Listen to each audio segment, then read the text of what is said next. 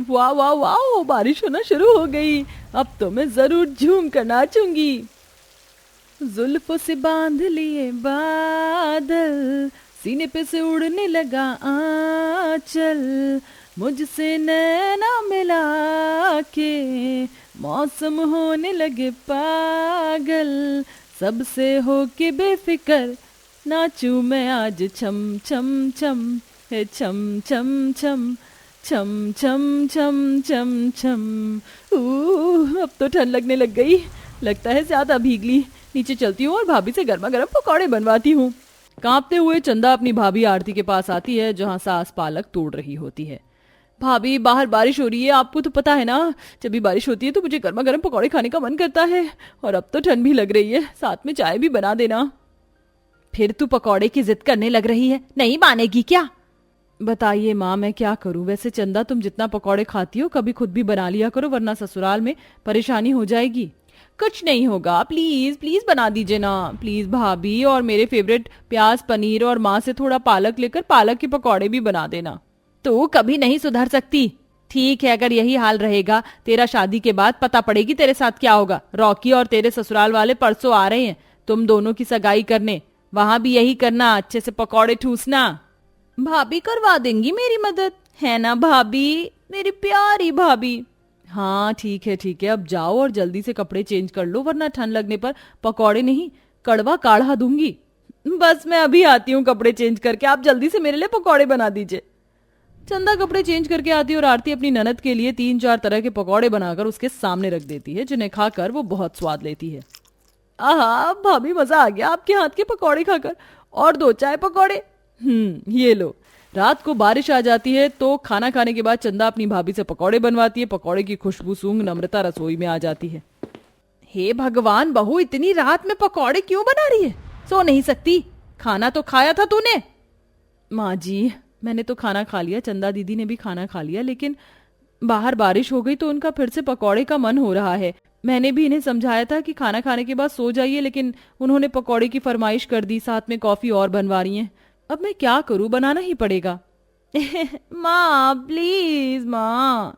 रुक, तुझे डंडा मारकर अभी बताती हूँ। ये मॉनसून तो मेरे घर में राशन तेल बेसन मसाले सब खत्म करवा देगा, लेकिन तू पकौड़े खाना नहीं छोड़ेगी और ना खुद से बनाएगी। अरे कभी खुद से भी सोच लिया कर कि सबको पकौड़े बनाकर खिला दूं। बेटा, जब ससुराल जाएगी ना तो वहां लोग 10 फरमाइश करेंगे ना पकौड़े की तरह की, तो तुझे सबक मिलेगा।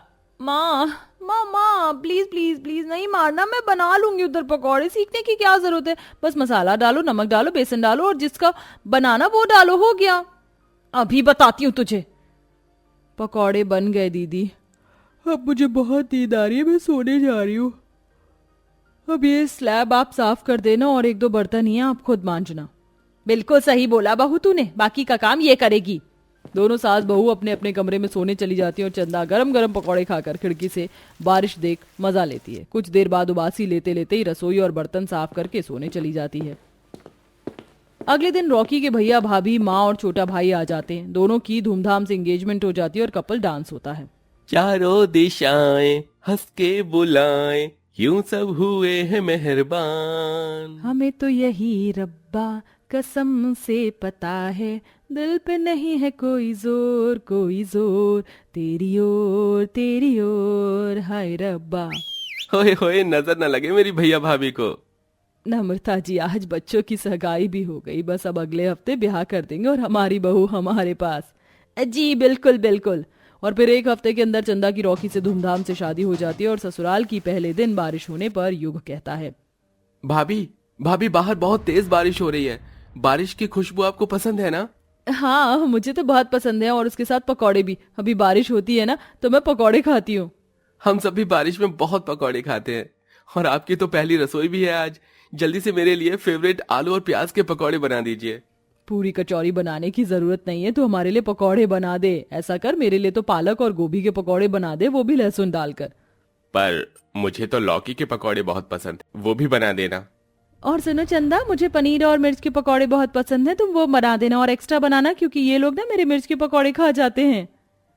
भगवान, मैंने माँ और भाभी से पकौड़े बनाना तो सीखे ही नहीं, उन्होंने तो 10 तरह के पकौड़े गिनवा दिए मुझे। अब कैसे बनते होंगे ये वाले?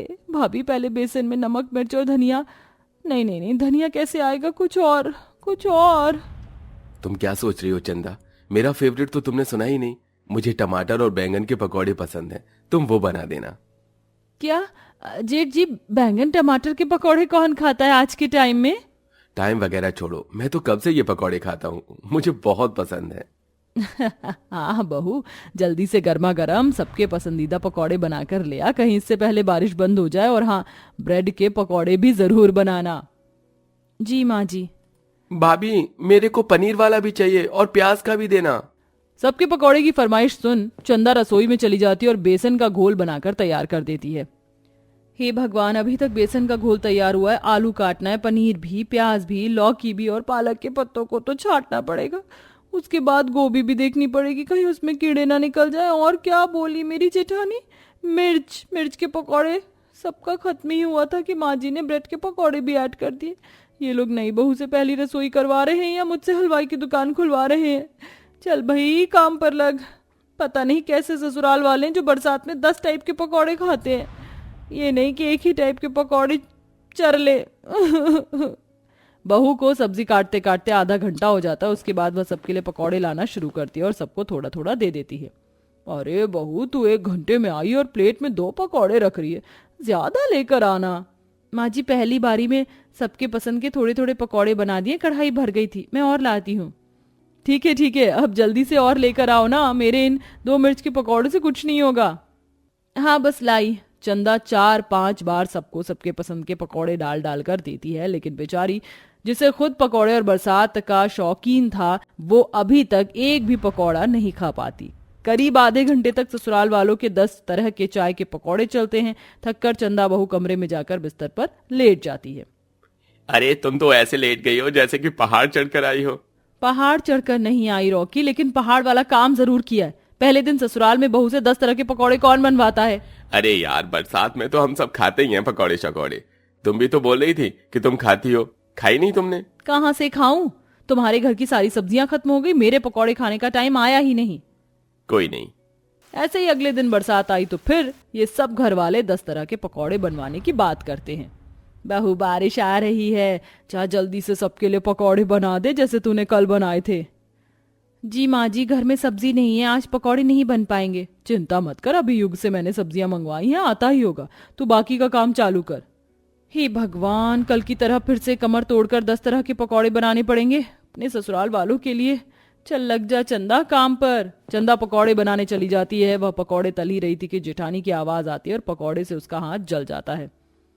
आउच आउच आउच आउच, दर्द हो रहा है मुझे। ये जेठानी जी को बिना सब्र नहीं है, पूरा खानदान पकौड़े पकौड़े करता रहता है। ये नहीं कि सिर्फ प्याज के खाकर रुक जाए, पता नहीं कैसे इतनी तेल की चीज खा लेते हैं। 2-4 मैं भी खा लेती हूँ, वरना मुझे तो मिलेगा ही नहीं।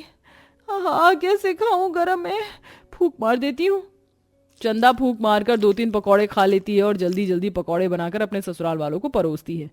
माँ जी, जेठानी जी, जेठ जी, रॉकी, ये रहे आपके पकौड़े। भाभी, मेरा प्याज आलू का पकौड़ा तो दे दीजिए।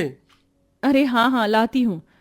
ठंडे मौसम में भी चंदा को रसोई में पकौड़े बनाते बनाते पसीने आ रहे थे। वो सबके लिए 10-10 तरह के पकौड़े बनाए जा रही थी। और ऐसा सिर्फ अभी का हाल नहीं था, हफ्ते भर जितनी अभी बारिश होती, ससुराल वाले 10 तरह के पकौड़े बनवा कर नई बहू के हाथ से खाते। और एक बार वह गुस्से में कहती है, बहुत हो गया, बस अब मैं और पकौड़े नहीं बना सकती।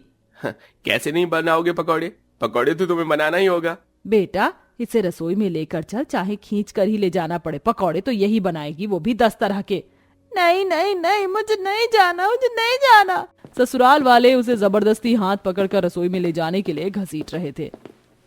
नहीं नहीं नहीं नहीं, मुझे पकौड़े और नहीं बनाने, मुझे नफरत हो रही है। उसकी आवाज सुन उसकी माँ और भाभी आ जाते हैं। अरे क्या हुआ चंदा, सोते सोते रो क्यों रही हो? तुम्हें तो पकौड़े बहुत पसंद है, अब नफरत क्यों कर रही हो? मुझे लगता है इसने कोई सपना देख लिया। सपना? मैं कहाँ हूँ? अरे ये तो मेरा ही मायका है, मतलब मैं ससुराल में नहीं हूँ। नहीं, पहले आज अपनी सगाई तो करवा ले। क्या सच में?